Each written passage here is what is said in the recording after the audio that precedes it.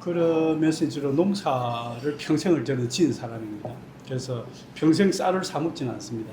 그래서 우리가 아이들하고 같이 나눠 먹고 이제 그런 지금 생활을 주로 살았네요. 그리고 이제 뭐 그 외에도 여러 가지 농촌에서 할 수 있는 것은 조금씩 다 많이 좀 한 것 같고, 그래서 이제 그동안 가만히 우리 살았던 삶을 생각해 보면 네 가지 기둥이 있었던 것 같아요. 농촌에서 공동체로 살면서 교육과 선교를 했던 것 같아요. 그 네 가지 기둥이라 그러는데, 그래서 늘 이걸 이제 의식을 하면서 살았죠. 그래서 우리는 도시에서 사는 데는 관심도 없고 아예 도시에서 살지 않기로 우리는 하나님 앞에 서원을 다 했습니다. 그래서 농촌에서, 사실 농촌에서 살면 힘들고 가난하거든요. 그러나 힘들고 가난한 것이 제자의 길이다라고 저희들은 굳게 믿고 있습니다. 성경을 자세히 보면 제자들이 편하게 살라고 한 적이 하나도 없습니다. 그리고 또 이제 농촌이야말로 이 땅에 가장 가난한 사람들이 모여 사는 곳이 상당, 물론 도시에도 어린 사람 많지만은 농촌이 그러한 곳입니다. 그래서 그리고 농촌은 직접 손을 움직이고 몸을 움직이고 고달프게 살지 아니하면 사실은 살기가 어려운 곳입니다. 그게 저는 고달프게 사는 길을 통해서만은 아니지만 그게 오늘 우리 현대사회에서 예수님을 따르기에 좀 고달프지만 아주 유익하다, 이렇게 저는 믿고 있습니다. 왜냐하면 돈을 추구하는 삶은 우리로 하여금 거의 망하게 할 가능성이 많습니다. 그래서 우리 민들레에서 가장 중요하게 생각하는 것은 부자가 되어서는 안 된다. 우리는 절대 부자 되려는 생각을 눈꼽만치도 가져서는 안 된다는 생각이 저의 평생을 지킨 하나의 삶입니다. 여기 보면 우리 굉장히 부유하잖아요. 근데 이것이 개인의 어떤 소유나 욕망의 포인트 아닌데, 이 모든 것은 다 같이 공유하는 삶을 나누기 위한 것이라면 우리가 얼마든지 가질 수 있지만 내 개인의 어떤 욕망을 위해서라면 티끌도 가져서는 안 된다, 이런 생각입니다. 최근에 어느 유튜브를 제가 가끔씩 보는데 너무 충격적인 강의를, 물론 저만 충격을 받는지 모르겠지만 아마 여러분들 다 알고 있을지 모르겠어요. 어떤 강남의 무슨 정신과 의사라고 해요. 근데 이분 강의 속에 귀가 번쩍 든 이야기 들은 게 이런 이야기를 하더라고요. 강남에는 착한 사람들이 악하여지지 아니하고서는 살기가 어려운 동네다. 와, 이 이야기를 들으면서 이게 뭐지? 착한 사람들이 악하여지지 않고서는 살기 어려운 곳이 지금 강남이라는 거예요. 그러면서 설명을 하는데 거짓말 해야 되고 속여 먹어야 되고 지 탐욕을 해야 되고, 이게 이제 그러면서 사람들이 점점 악화된대요. 근데 비록 이게 강남 이야기냐, 강남만 이야기겠냐 말이죠. 도시와 우리나라 딴 곳은 또 어떻게 했냐 말이죠. 그만큼 전체 흐름들은 이 돈과 욕망이라는 것 때문에 사람들이 다들 지금 제정신이 아닌 것 같아요. 그리고 제가 최근에 살펴본 바로는 사람들의 정신 건강, 정신적인 황폐함이 점점 늘어가요. 우울증에, 자살 시도에, 모든 크리스찬도 마찬가지예요. 놀랍게 크리스찬들 중에 내가 기억이 안 나는데 한 40% 가까이가 우울증, 자살, 충돌, 쉽게 말하면 크리스찬들 중에서도 평균 40%가 행복하지 않대요. 예수 믿어 행복하려고 했는데 행복하지 않아. 똑같은 이 사회 속에서 살라 그러니까 교회 사는 의미가 없는 거죠. 교회 행복하려고 하는데 행복하지 않는데 뭐 왜 교회를 가겠어요?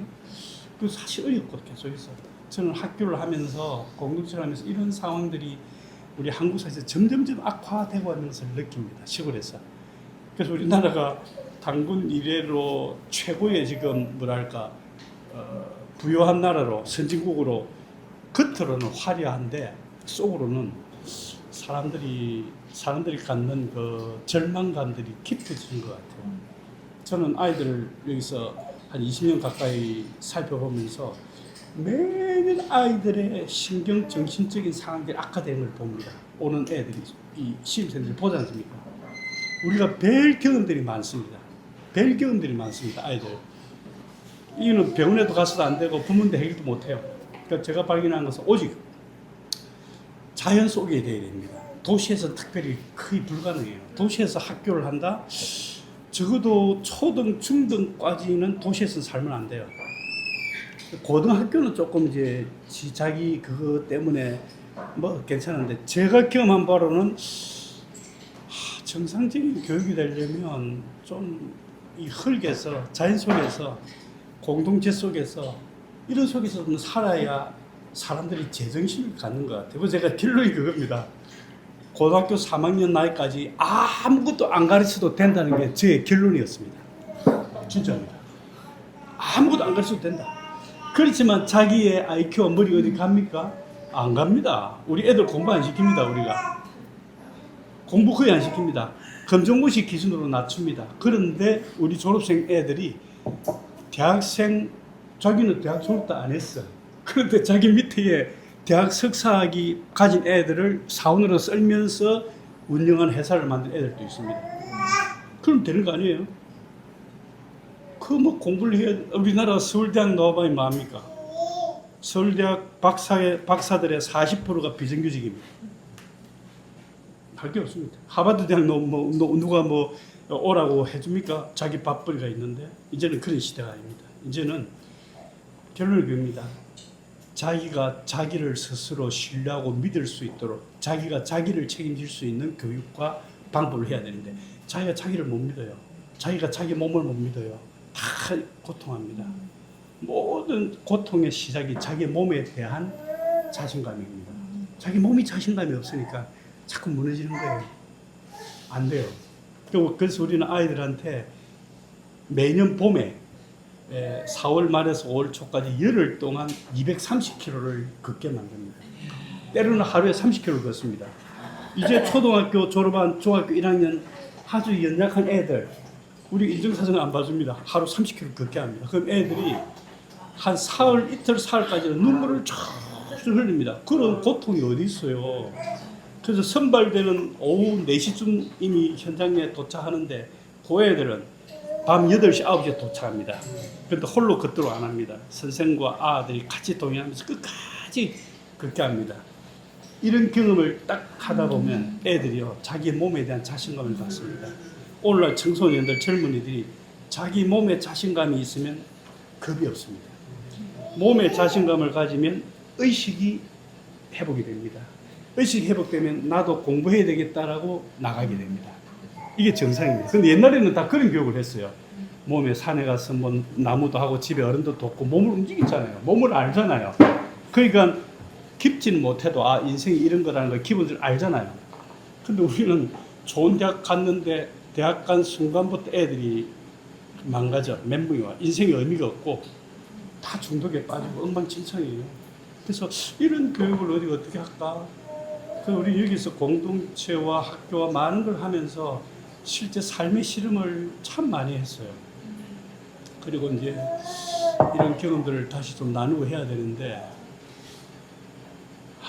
그래서 제 결론은 성경을 10,000번을 읽어도 사람 변화 안 됩니다.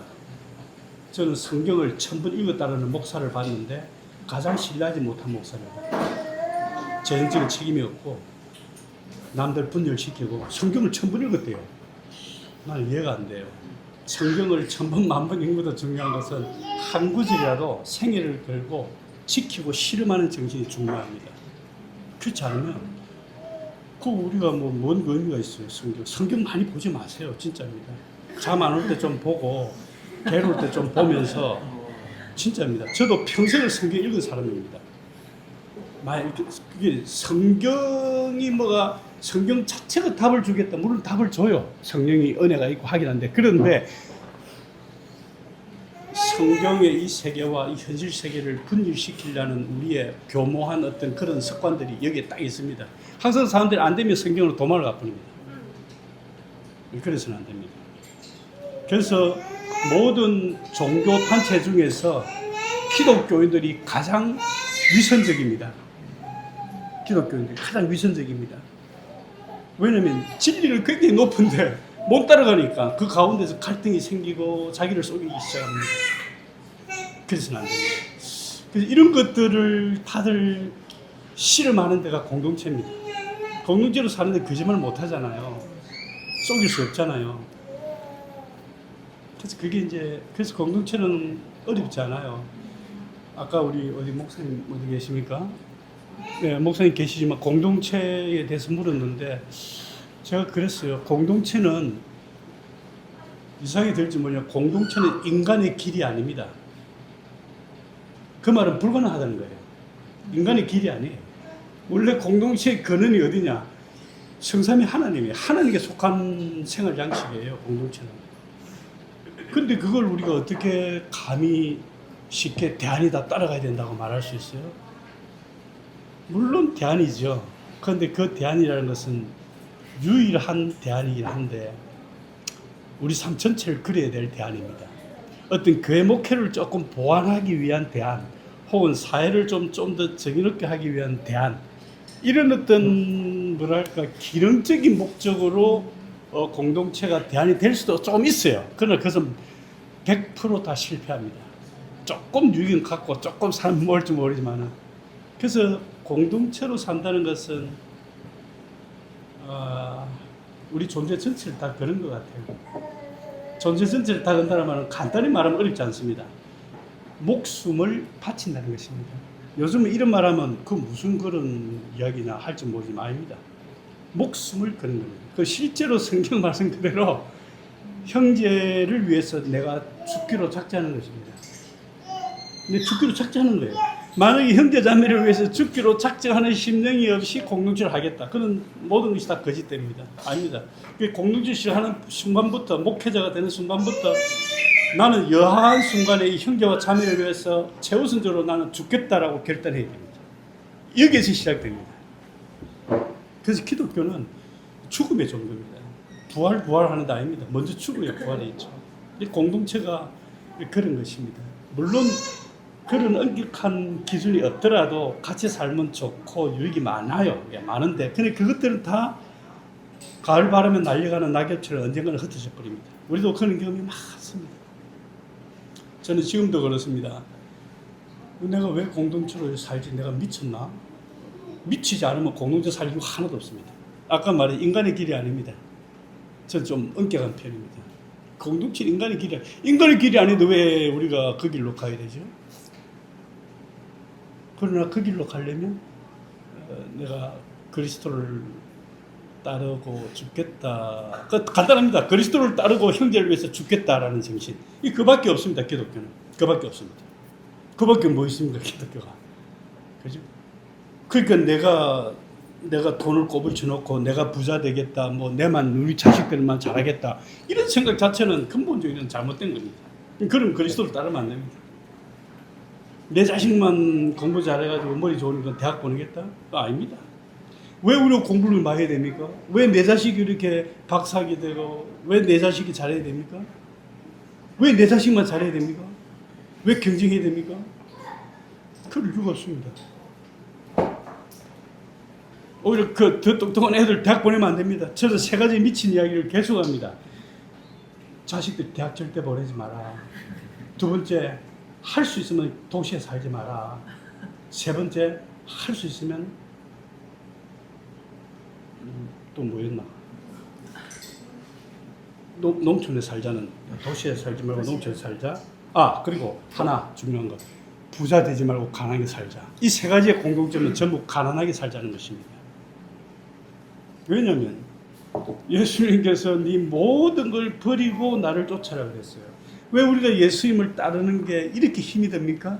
예수님 따라 사는 게 왜 이렇게 힘이 듭니까? 안 버리고 짊어지고 따르는 게 힘든 거예요. 예수님이 정확합니다. 제자도는 간단합니다.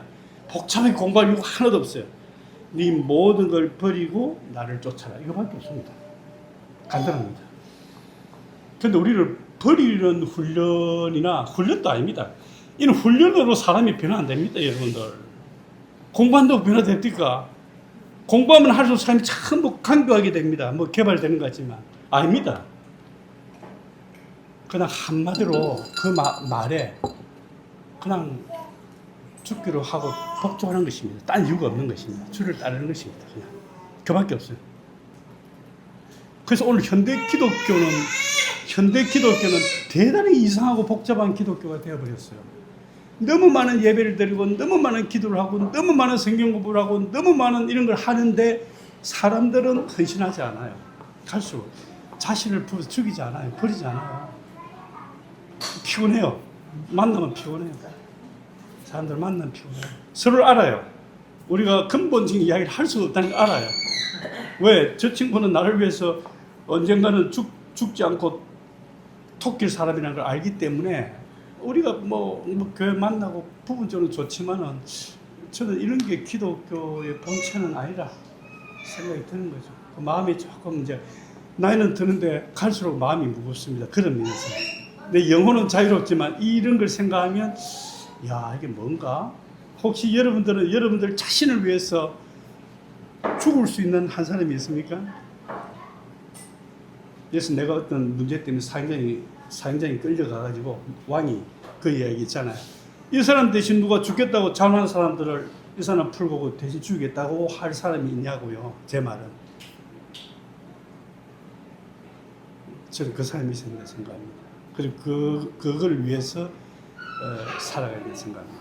나머지는 아무것도 아닙니다. 남은 아무것도 아닙니다. 남은 진짜 아무것도 아닙니다. 오늘 이 현대 사회에서 자본과 돈, 부자 되어야 된다는 이 하나의 가르침만큼 거짓되고 악마적인 가르침이 없습니다. 누가 뭐래도 저는 그렇게 믿습니다. 아까 그 강남 이야기했지만은 그 모든 것이 돈 때문에 일어나는 것입니다. 모든 것이 돈 때문에 일어나는 것입니다. 여러분들 디모데후서 3장 1절부터 쭉 놓으면 이 세상이 고통하는 때가 있다고 말합니다.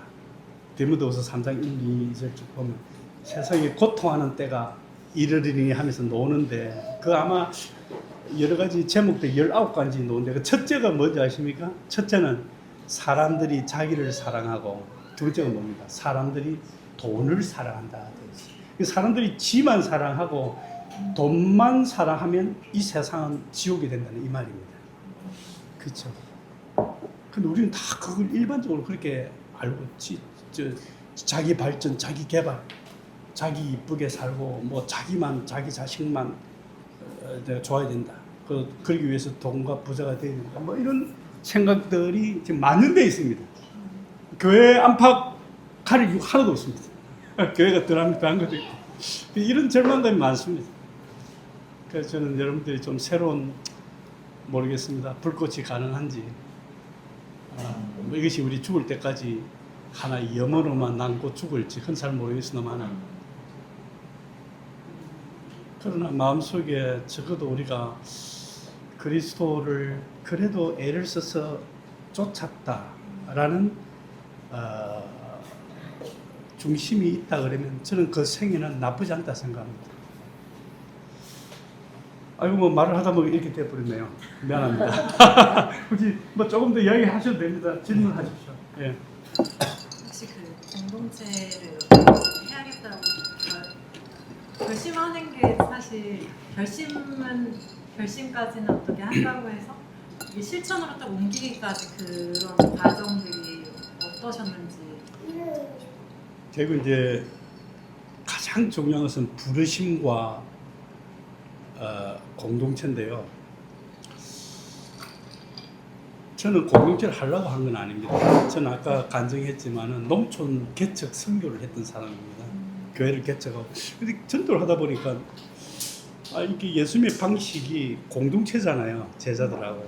그래서 그럼 우리가 공동체로 살면서 전도해야 되겠다. 선교. 이런 어떻게 보면 단순한 기능적인 목적이었죠.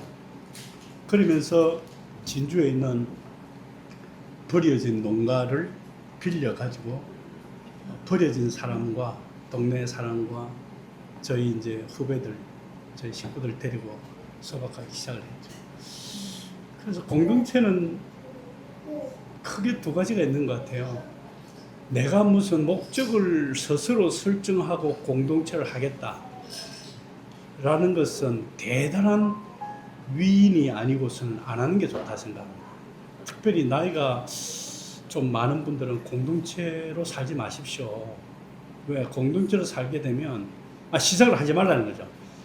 5년 안에는 죽도록 고생하다가 10년 고비를 못 면치고 끝까진 사람들이 많습니다. 제가 공동체를 쭉 살펴보면 매 10년마다 일어난 공동체가 많아요. 또 10년에 다 이렇게 사라집니다. 뜻은 좋은데 뜻을 가지고 공동체를 하는 건 저는 아니라고 생각합니다.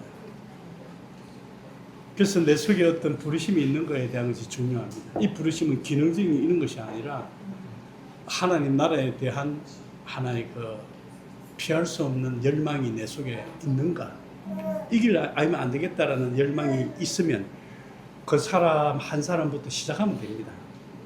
근데 비록 그런 수준의 헌신된 마음은 아니더라도 정말 신뢰할 수 있는 사람과 함께 살지 않겠냐고 권유할 때 또 그런 공동체적인 부르심이 또 공동체를 가능할 수도 있겠다라는 생각도 듭니다. 그래서 어른들의 말을 잘 들어야 됩니다.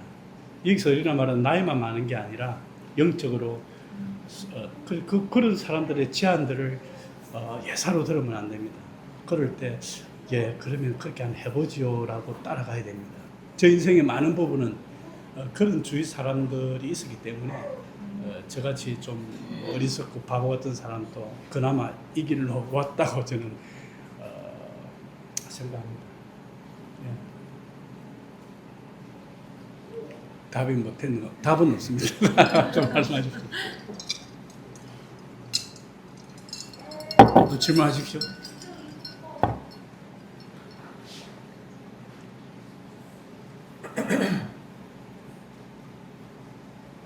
핵심은 그런 것 같아요. 이런 이야기 하면 좋아하는 사람 없지만은 이야기를 해야 되겠네요. 마태복음 6장에 보면 하나님과 재물을 겸하여 성있었다고 되어 있잖아요. 두 개 다 못 구한다는 말입니다. 왜 그런 말씀 하셨을까? 우리가 부자가 되기 원하고 재물을 얻기 원하면 어떻게 됩니까? 여러분, 돈이라는 것은 한정된 가치 있는 것들을 구매하는 힘이잖아요. 세상에 좋은 집도 한계가 있고, 좋은 대학도 한계가 있고, 좋은 차도 한계가 있고, 석유도 한계가 있고, 돈 있는 사람만 사잖아요. 그러니까 사람들이 다들 그걸 원하고 싶으니까 돈을 벌고 싶잖아요. 그런데 자원은 한계가 있는데 모든 사람이 부자가 되려고 하니까 어떤 사회적 현상이 일어납니까? 경쟁이에요. 그래서 이 사회는 경쟁으로 가득 차 있습니다. 그리고 이 경쟁이 점점점 심화되면 어떻게 됩니까? 다툼과 전쟁이 일어납니다. 그렇죠. 이게 우리 현실입니다. 그리고 이 다툼과 전쟁의 마지막 결론이 뭡니까? 죽음입니다. 죽음과 혹은 죽음의 영이, 이 죽음과 더불어서 죽음의 영이 지배를 합니다. 그런데 우리가 하나님을 택할 때는 어떻게 됩니까? 물론 하나님을 개인적으로 영접하고 섬길 때는 개인적으로는 마음도 평화롭고 마음의 기쁨도 있고 뭐 이런 거 있잖아요. 개인적으로는. 그런데 우리가 하나님을 섬길 때에 어떤 사회적인 현상이 일어납니까? 하나님을 진짜 섬길 때. 우리가 진리를 따를 때 어떤 사회적 현상이 일어납니까? 네? 평화는 결과적으로 주어지는 건 평화. 그 결과적으로 주어지는 건데 하나님을 쫓기 시작하는 초기의 현상에 일어나는 사회적 현상은 자발적으로 가난하게 살겠다는 것입니다. 그럼 내 것을 사심없이 나누겠다는 정신이 일어납니다. 이 정신이 없으면 그건 가짜 종교입니다. 그리고 자발적인 가난과 버리고 주를 쫓겠다, 진리를 쫓겠다고 하는 그 다음 단계가 공동체를 형성합니다. 서로 의지하게 됩니다. 이제 돈을 의지하는 게 아니라 사람을 서로 신뢰하는 것입니다. 그리고 이 공동체에서 진정한 생명이 일어나고 생명력이 일어납니다. 아까는 죽음의 영인데 생명의 영이 일어나게 됩니다. 이게 이제 그래서 간단합니다. 이 하나님과 재물을 겸하여 섬겼다는 말은 결론은 뭐냐? 너희들이 죽을 길을 찾지 말고 살 길을 찾으라 이 말입니다. 그 말은 하나님을 믿는다. 그래서 우리는 다들 죽을 길만 찾는 거예요. 하나님을 믿는다고 하지만은 다 돈을 구하니까. 사람들 안 믿으니까. 안 믿어요, 사람. 진짜입니다. 여러분들 중에 지금 서울에 사시는 분, 대구 사시는 분이 뭐 서로가 좋고 하지만 어떤 일 때문에 멀리 좀 가거나 하게 되면 뭐 초기에 몇 달은 서로 전화하고 반갑습니다. 근황을 묻지만 다 잊어버려요. 왜? 죽고 사는 관계가 맺어지지 않기 때문에. 공동체가 아닌 거죠, 그런 면에서. 그래서 여러분들 중에 누군가는 좀 나는 가난하게 살겠다고 좀 결심하는 삶이 났으면 좋겠어요. 그 사람에 의해서 공동체가 시작됩니다. 네. 원리는 간단합니다. 모든 예수님의 제자들, 종교의 추종자들, 모든 성자들 단 한 사람도 부를 가진 사람이 없습니다. 부를 은밀히 소유한 사람 아무도 없어요. 모든 성자들은 가난한 사람입니다. 모든 제자들은 가난한 사람입니다. 아주 극히 유해는 있습니다만 그 얘기는 제가 안 하겠습니다. 근데 우리는 제자가 되기가 극히 어려운 시대이고 성자가 되기가 극히 어려운 시대가 되었습니다. 부자는 많은데 거룩한 사람은 이 땅에서 점점점 소멸해집니다. 예. 우리는 쉽지 않지만은 거룩한 사람의 길로 가야 됩니다. 부자의 길이 아니고. 거룩한 삶이라고 하면 뭐 어떤 종교 예식을 생각하고 뭘 생각하고 하는데 아닙니다. 우선 가장 기본적인 것은 가난한 사람이 되는 것입니다. 그렇게 되면 많은 것들이 열립니다. 놀랍게. 많은 것이 열려지게 됩니다. 가난하게 없고 돈도 없는데 어떻게 살아? 제가 살아왔잖아요. 이재용 장님 살아왔잖아요. 그렇지만 또 뭐 아주 초라한 삶을 삽니까? 우리가 풍성히 사는 거예요. 네. 아이고, 또 이야기, 뭐, 죄송합니다. 자꾸. 저 이야기 질문 안 하면 제가 또 말을 해서 미안합니다.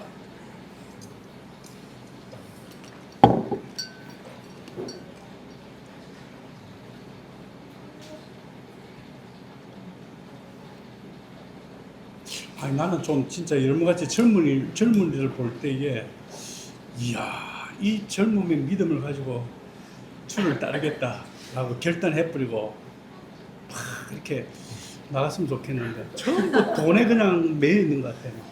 돈하고 직장, 돈 공부, 아우, 내가 막 머리가 아파. 이게 도대체 뭐 하는 건가 싶고, 이렇게 생각하죠. 내가 알거지가 되면은 어떻게 살까 싶죠. 아닙니다. 새로운 삶이 일어납니다.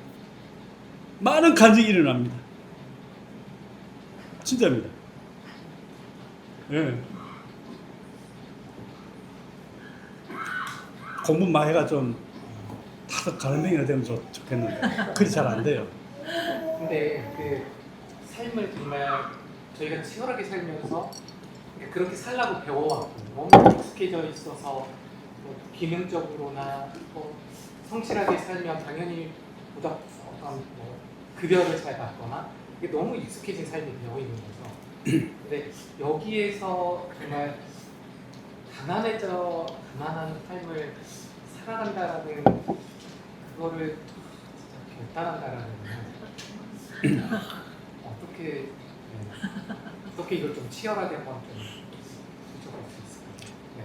뭐 나는 치열하게 열심히 도시에서 살고 뭐 죽을 동 살 동 산다라고 그걸 치열한다고 하는데 그렇게 치열하게 살 이유가 있습니까? 그 치열한 결과가 뭡니까? 저는 이해할 수 없습니다. 그렇게 물론 연봉 뭐 1억 받고 10억 받을 수 있지만 그 돈이 무슨 의미가 있습니까? 저는 솔직히 그런 생각해 봅니다.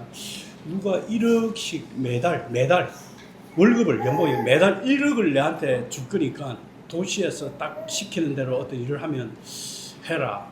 그럼 1년이면 12억이잖아요. 내가 할까? 생각 깊이 했어요. 나 안 해요. 1년에 12억이 없는데? 그 12억과 뭐 하겠냐 말이지 내가. 12억과 하는 게 뭐겠어요? 결국 건물 좀 더 이쁘게 짓고 좋은 거 먹고 땅 좀 더 사고 자식들 좀 더 혜택 주고 뭐 이런 거 아니겠어요? 그리고 어려운 사람들한테 구제 좀 더 하고 할 거 아닙니까? 그럼 그게 뭔 의미냐 말이지. 그게 내가 그게 뭔 의미냐?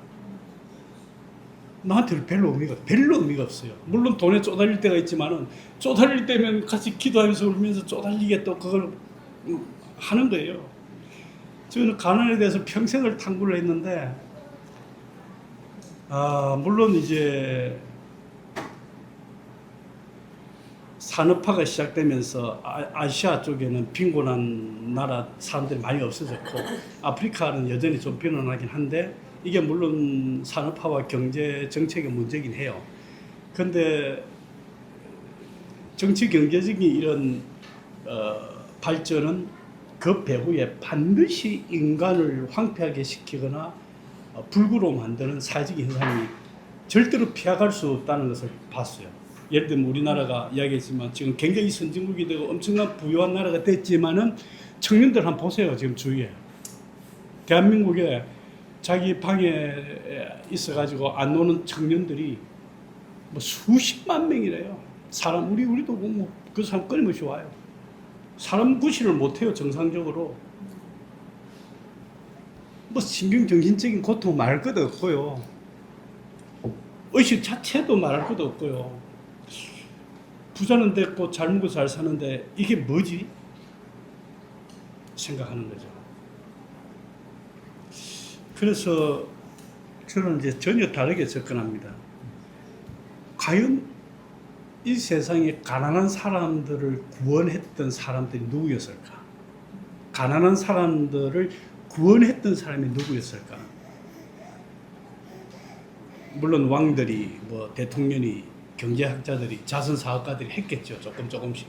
근데 아니에요. 역사를 가만히 보면 가난한 사람들을 살렸던 거의 유일한 사람들은 주위에 가난한 사람들이에요. 주위에 가난한 사람들.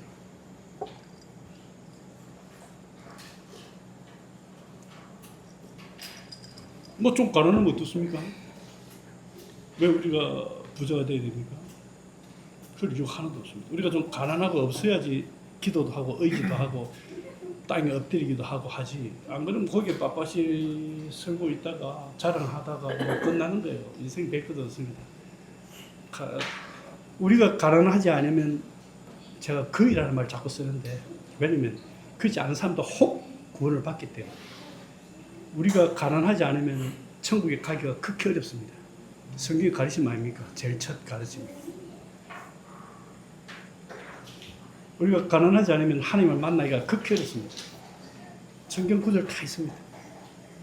이 가난한 사람을 학대하고 멸시하는 사람들은 하나님을 학대하고 멸시하는 것과 똑같다고 자문쌤이 말하고 있습니다. 그래서 저는 지금이야말로 이 현대 사회가 구원받기가 가장 어려운 시대라고 저는 믿습니다. 지금 시대. 다들 교회 많이 가고 하는 것 같은데 과연 우리는 어떨까? 이렇게 생각하는 것입니다. 그거는 그 영혼과 중심의 문제이기 때문에.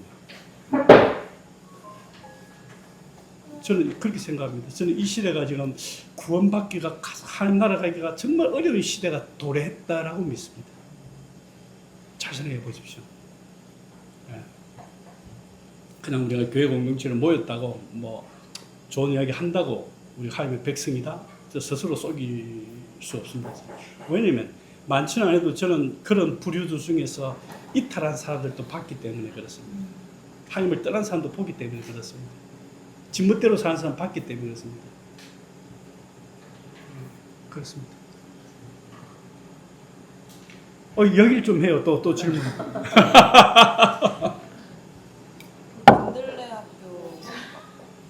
네, 민들레 학교? 네, 궁금했어요. 민들레 학교가 애석하게 폐교를 했는데 제가 자료를 지금 많이는 들지 못하고 좀, 왜냐면 제가 월, 화, 수요일 날 여기서 중요한 모임이 있습니다. 전국의 공동체 대표단들이 한 5, 60명 모여서 해합을 하고 하는데 그걸 위해서 줬는데 제가 두 권은 드리겠는데 논문입니다. 이게 뭔가 하면 한 우리 교사하던 자매가 민들레 공동체와 학교에 대한 내용들을 철학과 프로그램 모든 것들을 한동대학 석사기 논문을 쓰고 비교적 잘 썼더라고요. 그래서 내가 그걸 드리려고 했는데 여러분들에게 드리려고는 생각 못했어. 미안한데 나도 두 권을 보고 혹시 필요하시면 복사를 해서 좀 나눠 쓰시길 바랍니다. 굉장히 예, 민들레 학교 뭐라고요? 아, 그냥 민들레 학교에 궁금했었는데 이제 폐교가 돼서 예, 민들레 학교를 세운 이유는 간단합니다. 제가 말했듯이 가난한 사람들의 친구가 되기 위한 지도자, 친구가 되기 위한 사람을 만들자. 이것 때문에 그렇습니다. 우리나라와 전 세계의 모든 교육기관, 모든 대학의 목적이 뭔지 아십니까? 전 세계 모든 교육기관에 유일하고 변찮은 목적 딱 하나가 있습니다. 훌륭한 사람은 그런 거짓입니다. 성공한 여자 우리나라 대학이든 서울대학이든 하버드대학이든 어떤 대학이든 1등만. 대학의 유일한 목적은 부국 강병입니다. 부자 되고 권력 잡자입니다. 그리고 우리는 선진국이 되었습니다. 부국 강병했습니다. 부자도 되고 군사력도 가졌습니다. 여기서 강병이라면 실제로 말하면 군사력입니다. 부유한 나라는 전부 부자와 군사력이 있습니다. 그런데 이 부국 강병을 통해서 한 게 뭡니까? 이 옛말에 이런 말이 있습니다. 한 마을에 한 사람의 부자가 있기 위해서는 한 마을이 다 가난해져야 됩니다. 한 나라가 부자 나라가 되려면 한 대륙이 가난해져야 됩니다. 이게 역사적인 교훈입니다. 역사적인 교훈입니다. 그래서 예수님께서 뭔 억한 감정이 있어가 우리를 자꾸 가난하게 살아라 버리라고 한 게 아니라 그렇게 하지 않으면 이 땅에 평화와 구원이 없기 때문에 그렇다는 것입니다. 생명이 없기 때문에 그런 것입니다. 민들레 학교를 만든 이유는 그겁니다. 목적이 그겁니다. 그리고 이제 그걸 위해서 가난한 사람들을 섬기며 살아가는 많은 교육적 방법들을 적용합니다. 쉽게 말하면 고생도 시킨다는 겁니다. 아들 고생시킨다.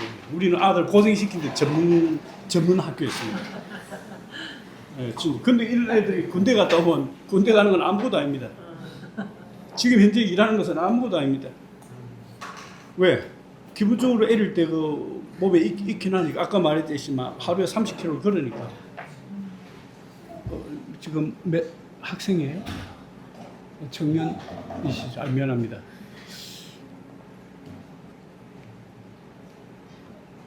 그래서 몸을 다스리고 의식을 다스리고 자기 삶을 성취할 수 있는. 그래서 우리는 네 자신을 성취해라 뭐 하라 이런 소리를 절대 안 가르칩니다. 자기 개발 그런 소리 우리는 절대 안 합니다. 왜 우리가 우리 자기 개발을 해야 됩니까? 내가 왜 내 개발을 해야 돼? 내 가치를 왜 높여야 돼? 내 돈을 많이 벌어가 내 자신의 가치를 높여가 그래가 뭐 합니까? 그건 아주 그 현대 교육의 중요한 하나의 함정입니다. 다 집안 잘 먹고 잘 살아가는 것입니다. 자기 개발이라는 말 저는 믿지 않습니다. 내가 좀 개발 못하면 어때요? 그냥 바보처럼 우리서 살다가 어려운 사람들 섬기고 농사 짓고 굶고 살아도 되지. 내가 왜 꼭 내 능력을 최고도로 개발을 해야 됩니까? 우리가 최고도로 능력을 개발해야 될 유일한 것은 가난한 사람들과 교제하고 섬기기 위한 것입니다. 그 외에 저는 과학이 있도록 발전이 해야 된다? 잘 모르겠어요. 물론 의학적인 부분은 제가 도움 받아봤기 때문에 필요해요. 그런데 너무 과하다는 생각이 듭니다. 너무 과하다는 생각이 듭니다. 왜 우리가 달나라 가야 돼요? 여기서 행복하고 사랑하고 살면 될 건데 그게 안 되니까 달나라 가고 화성 가자는 것입니다. 아까 연봉 얘기 말씀도 하셨는데 네. 만약에 돈을 많이 벌면 더 많은 사람을 더 도와줄 수 있지 않나요? 제가 말씀드렸지만은 실질적으로 돈을 가지고 사람을 돕는다는 것은 극히 일부분입니다. 저는 지역사회 개발 공부를 한 사람입니다. 아시아 아프리카에. 지역사회 개발이라는 것은 가난한 나라를 이렇게 발전시키는 학문이잖아요. 제2차 세계대전부터 유엔과 국제기구와 NGO와 종교단체들이 엄청난 투자를 했거든요. 지금도 한 해에 200조, 300조 원이 아시아 아프리카로 나갑니다. 주로. 그런데 그 상황이 개선이 안 됩니다. 개선이 안 됩니다. 물론 열심히 하는 데는 조금씩 잘 하지만 또 그렇게 한다고 해서 저희들도 히말라야나 캄보디아에서 그런 구제 사역도 많이 해보고 많이 해봅니다. 그게 아닙니다. 그게 당장은 우물 파주고 뭐 주고 물론 정말 절대절명의 어려움이 있는 구제 대상 사람들을 살려야 됩니다. 그건 귀한 것입니다. 그러나 그 이후에 어떤 정책과 철학들이 얻게 된다면 또 거기에 대한 어떤 훈련된 사람이 없다면 모든 것은 다 모래에 물이 스며들듯이 사라져버리게 됩니다. 그리고 그 돈을 중심으로 형성된 마피아 같은 이런 그룹들이 점점 더 생겨납니다. 이 사람들을 거치지 않고서는 이것도 들어가지 않습니다. 그래서 결국 이 돈이 부정적으로는 일부 조금 구원할 수 있지만 많은 사람들을 절망에 빠뜨리는. 조금만요. 예. 여보세요? 여보세요? 예. 아, 예. 그래서 저는 저의 접근은 간단합니다. 우리가 선교사를 보낼 때의 원칙은 겁니다. 선교사 선언할 때 민들레에서는 나는 가난하게 살기로 작정합니다가 1번 고백입니다. 가난하게 살기로 작정하지 않은 사람은 선교사를 보내지 않습니다. 예. 그리고 그 다음에 기능이고 그 다음에 다른 것이 나옵니다. 이것이 선교의 첫 하나의 단추라고 저는 봅니다. 그러면 그 뒤에 능력도 발휘가 되고 다 됩니다. 그들의 진정성이 파악이 됩니다. 예. 그래서 저는 이제 그 방법도 물론 저한테 뭐 한 1,000억 정도를 주면 제가 멋지게 쓰겠다는 생각은 있어요. 있는데 그 돈이 직접 들어감으로 해서 구원이 있을 거라고 믿지 않습니다. 그것이 발휘될 수 있는 시스템을 우리는 만들어야 됩니다. 네. 거기에 대한 많은 복잡한 접근이 있습니다.